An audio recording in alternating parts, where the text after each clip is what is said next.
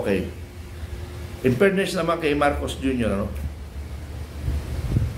na nagkataon dito sa kanya na ibuhos ang galit ng taong bayan dahil sa kagaguhan niya rin.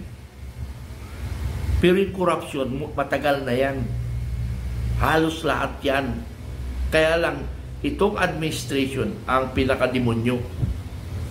Divorce administration. Ha? Tapos sabihin nung, kausap ko na yun sa kahapon yata yun, sa barangay.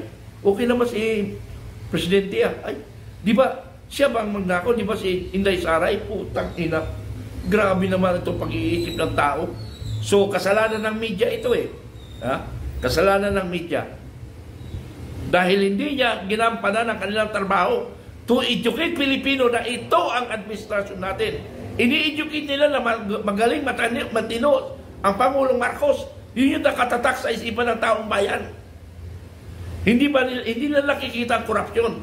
Hindi nila nakikita ang abuse of power. Hindi nila nakikita ang narco-politics. Hindi nila nakikita na komunista na nagpapatakbo sa Pilipinas. Hindi nila nakikita ang adik ng Pilipinas, adik ng Pangulo.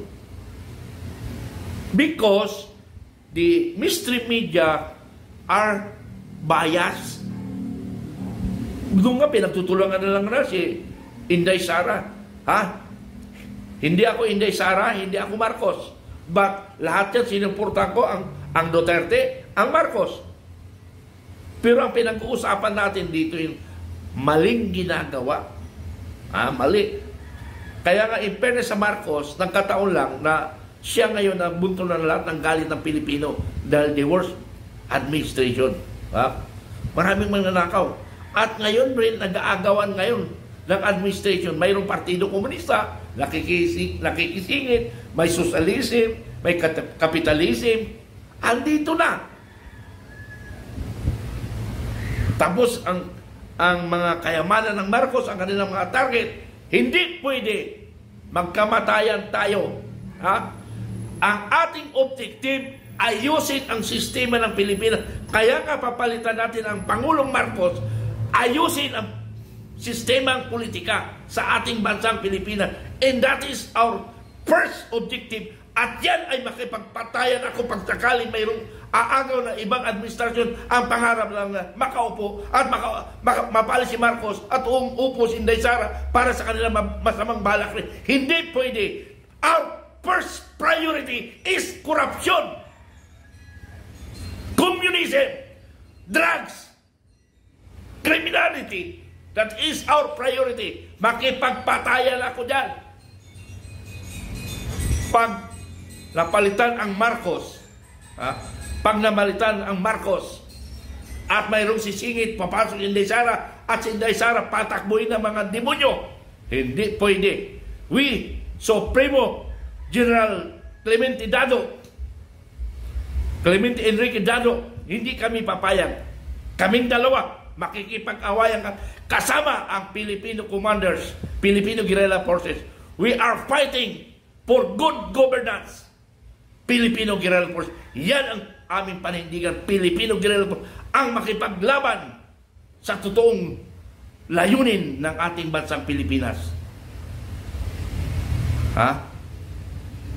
Maraming gusto makipagagawan sa posisyong iupo si Inday, hindi nila uupo si Inday. Ang dami.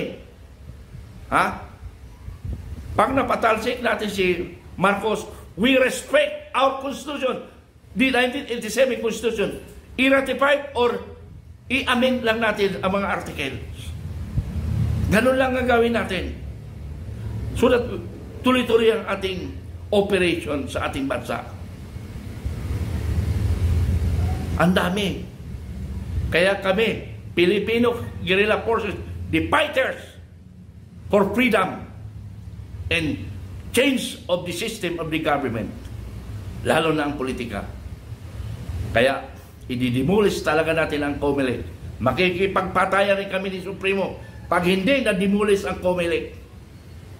That is our one of priority. Because of COMELEC, that is start or another cause of corruption is the COMELEC. Mga kababayan ko, napunta tuloy ako sa ibang topic. Ang dapat nating pag-uusapan, ang EDSA. Ha? Pero anyway, mamaya ko i-discuss yan by 8 p.m. At magulo itong aking alaga. Okay, yun lang ang paalala ko sa inyo mga kababayan. Ano? Yun lang ang paalala ko sa inyo. Na ang priority ng Filipino guerrilla forces is to change the government, the system of the government, especially the politics. And the first move, COMELEC dissolve. Makipagpatayan kami kung hindi ma-dissolve ang COMELEC. Makipagbakbakan ako dyan. Second is corruption. And that is our priority. Communism, drugs, kasama rin na lahat yan. Okay, yun lang muna. Maraming salamat sa mga nakikinig na mga galit na sa ating sistemang politika ng bansang Pilipinas. Maraming salamat at magandang gabi sa inyong lahat.